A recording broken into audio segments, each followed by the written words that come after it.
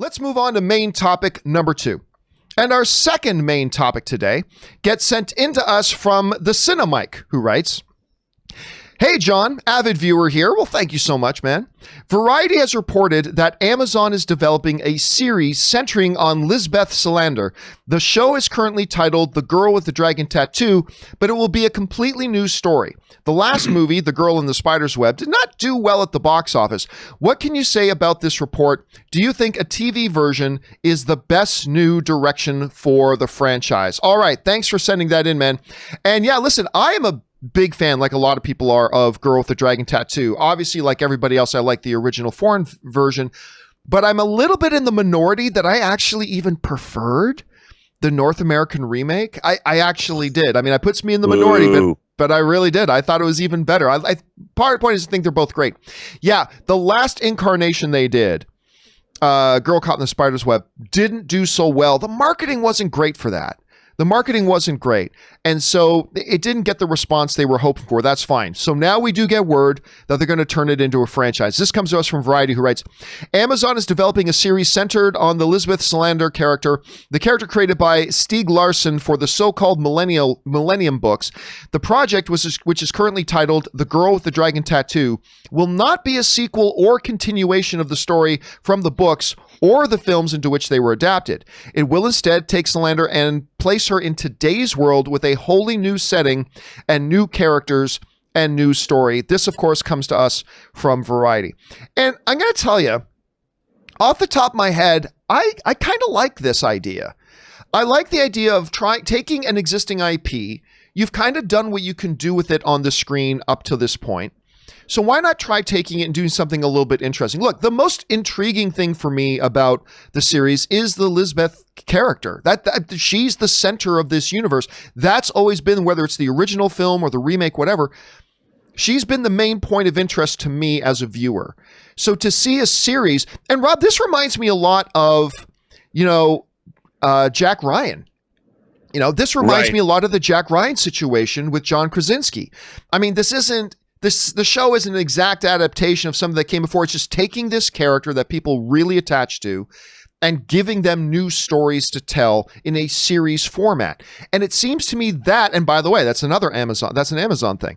It seems to me like that's the same approach they want to take with that. And if they can achieve, and this is a big if, Rob, but if they can achieve the same kind of results that they achieved with John Krasinski's Jack Ryan, which I think is really good, then I think we could be in for something pretty special. So is this a guaranteed home run? No, but I think it's definitely worth something trying. So I like this news. Rob, what do you make of this?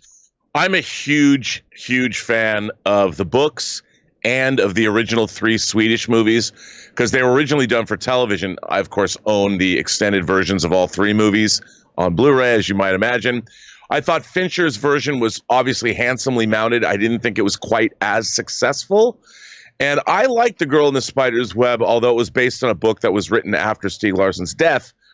I love the character. I love the milieu. I love this idea that they're the magazine Millennium and all that. I don't know if that'll be in there. And the actor who played Michael Blomkvist passed away a couple years back. And I love everything about this. The fact that they're going to do this, as long as it's good, I thought the first season of the Jack Ryan show, it's a very apt comparison you made, was very, very good. And it used some of the Jack Ryan mythology, because I've read all those books too, and I really enjoyed it. The second season was good, but it wasn't as great as the first. I agree. Yeah, and I think this could be really, really cool. But again, you really need showrunners that really get this show, or get the franchise. It's really, this will live and die on the character of Lisbeth and how she is portrayed. I thought both Rooney Mara and the Fincher version, and Noomi Rapace, of course, that's how the world saw her. Noomi was great as Elizabeth Salander. Ooh, loved it. And you know what? I'm forgetting Claire, the girl who played the Queen in the Netflix series, and I'm forgetting her name, who then played Elizabeth in Girl Caught in the Spider's Web. I thought her portrayal. Claire Foy, thank you. Her portrayal of the character, I actually thought was pretty solid. It was a weaker film. Yeah, I should give a shout out to that. I actually thought the movie was, it was pretty good. Like it was beautifully. It was Fede Alvarez, right? Who did Evil Dead? Yep. Direct. Yeah, Fede Alvarez. I thought it was a very, very. It's a good movie. You know, compared to the first one, I don't know, but I thought it was definitely, as far as a very serviceable sequel. I quite enjoyed it, to be honest.